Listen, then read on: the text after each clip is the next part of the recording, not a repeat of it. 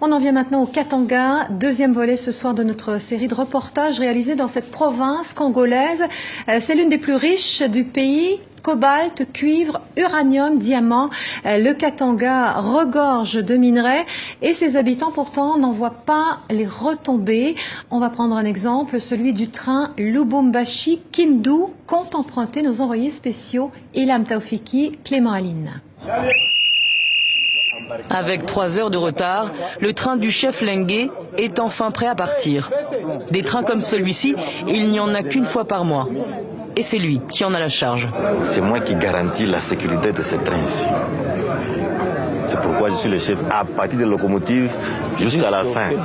Donc c'est moi qui dirige cette histoire. Une histoire qui va durer 30 jours pour un trajet de 1500 km. Départ Lubumbashi, arrivée Kindu. Et avant le périple, un briefing dans le wagon marchandises, la salle de réunion. Nous ne sommes pas venus ici pour fainéanter, pour faire du n'importe quoi. La mission essentielle, c'est renflouer les caisses de la société. Renflouer les caisses de la société, donc. D'autres ici se sentent floués et le font savoir. Les Blancs, venez filmer, regardez. Regardez la couchette ici. Tu vois ça? Une couchette qu'on paye 100 000 francs, 100 $. Une couchette pourrie comme ça. Calmez-vous. Pourquoi vous faites ça? Vous découvrez ça maintenant? Vous nous faites honte. Comment les gens peuvent payer autant d'argent pour des conditions de voyage terribles comme ça? Qu'est-ce qu'on appelle autant d'argent? C'est le 100 000 €. Les conditions sont pas mauvaises? Pas mauvaises, les conditions en première classe. Que dire alors de la seconde? Des usagers qui voyageront des jours et des nuits dans les couloirs, dans des compartiments surchargés. Ici, même les toilettes sont occupées. Nous souffrons. Malgré tout l'argent que nous payons, le trajet de Lubumbashi-Kindu dure 1 mois.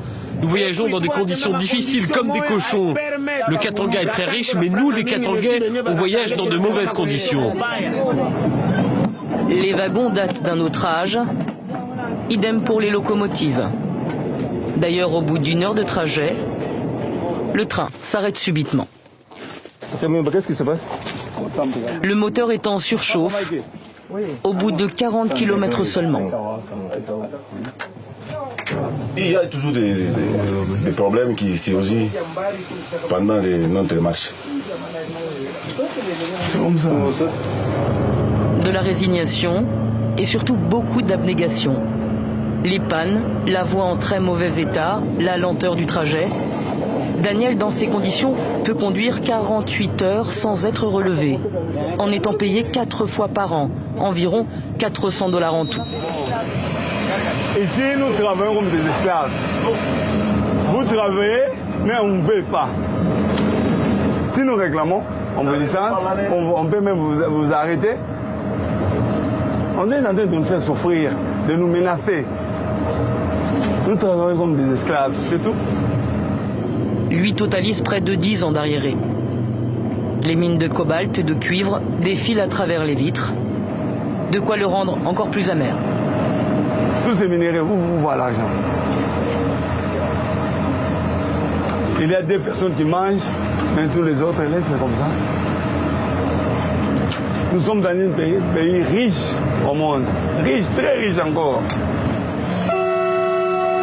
À 80 km du départ, après 7 heures de route, le train restera immobilisé 2 jours pour réparation.